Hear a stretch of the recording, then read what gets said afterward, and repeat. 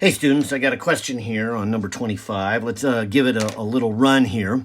Of course, it says find the equivalent capacitance between A and B. And they've given this kind of diamond shape, and I think to kind of throw you off a little bit, to kind of make you really ponder whether something is in series or whether something is in parallel. And maybe it's time to start saying or neither, because I think sometimes at the beginning in our circuits, we spend a little too much time saying, is it series or is it parallel, when there's also the option of neither.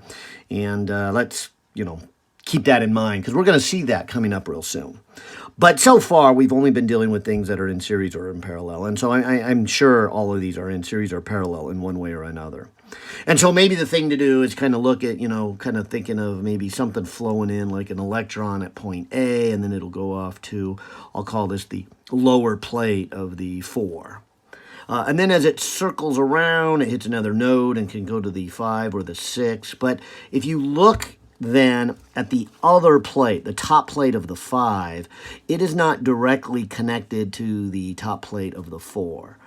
There is a capacitor between them, and anytime there is some kind of circuit element, which so far we've only had capacitors, but I guess it could be a battery, they wouldn't have the same voltage, and so they would not be in parallel. So I could argue here that 4 and 5 are not in parallel because they're not connected together. And by the way, it doesn't flow one into the other, so they're not in series. And so at this point, I guess I'd have to say 4 and 5 are neither. They're not in series, they're not in parallel, so I can't use any of those wonderful formulas we have for combining them. However, if you're kind of looking at what happened to the 6, this is interesting because the 6 over here does have its lower plate on the 6 connected to the lower plate of the 4, and then its upper plate on the 6 is connected to the upper plate on the 4. And so that would tell me that those two are in parallel. In fact, if you just kind of ignored, if we could kind of cover up the 5 and the 7, you can kind of see, although they kind of got it twisted there, but if you hold it maybe like that, you would see how they'd be kind of in parallel. So, like I said, you may or may not recognize that right away. There's also something interesting about the 5 and the 7, and maybe it's a little bit early, and maybe I should just draw a new picture, but you can kind of see that everything that leaves the 5 goes into the 7, or every electron that leaves the 7 goes to the 5. There's no other place to go. And so this was our idea of looking for things in series. So I would say the 5 and the 7 are in series, and the 4 and the 6 are in parallel. And of course, depends on how you kind of want to put things together. Maybe I'll do that in 2 steps. Maybe I'll do the series first, because the series says that the equivalent would be the reciprocal of the first one plus the reciprocal of the second. You add it together, then take the reciprocal of that, and you get the equivalent. So I'm going to do the series one, which is the middle branch here, the 5 and the 7, and see what I come up with.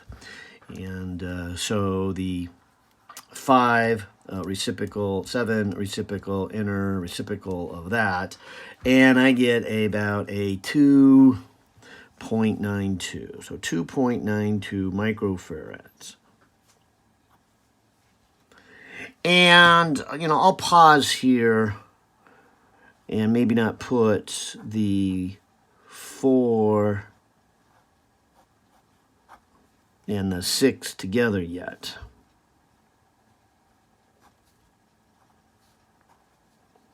But I'll leave it like that. Now, maybe you'll see it a little bit better if I say, okay, let's take this 5 and the 7 that we just said were in series, and I'll replace it, and I'll kind of connect it in a slightly different place in my diagram, but maybe that'll just, I'm doing that to make it see better. But remember, you have the same potential no matter where you connect on an equipotential. And remember, a wire is an equipotential. So even though they've got it connected up here at the top of the diamond, I'm just going to mentally put it right here. And the same thing here. This is connected at the bottom of the diamond, but I'll just kind of move it over to there. And the reason for that is now I think you can kind of see if we twist this that all three of these are in parallel. So it's not just that the 4 and the 6 are in parallel, but it's also in parallel with the equivalent of these two that were in series. But maybe as an intermediate step, just in case you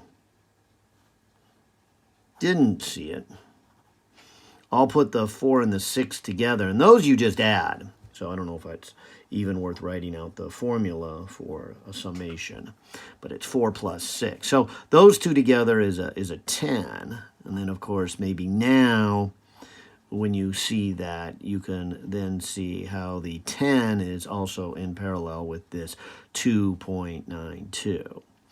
And so the equivalent of that would be just adding them, so 12.92 microfarads. So it looks like I could take the equivalent and say if I replace all of those capacitors with one capacitor that has a value of 12.92 microfarads, I now have the equivalent. And I think that's all we have to do. I don't think that's anything about charge or anything. Yeah, so just find the equivalent. So that's our beginning step into our circuitry, recognizing series and parallel, getting the equivalents, and then eventually we'll take that and figure out how much charges are on each and whatnot. All right, hope that helps. Take care.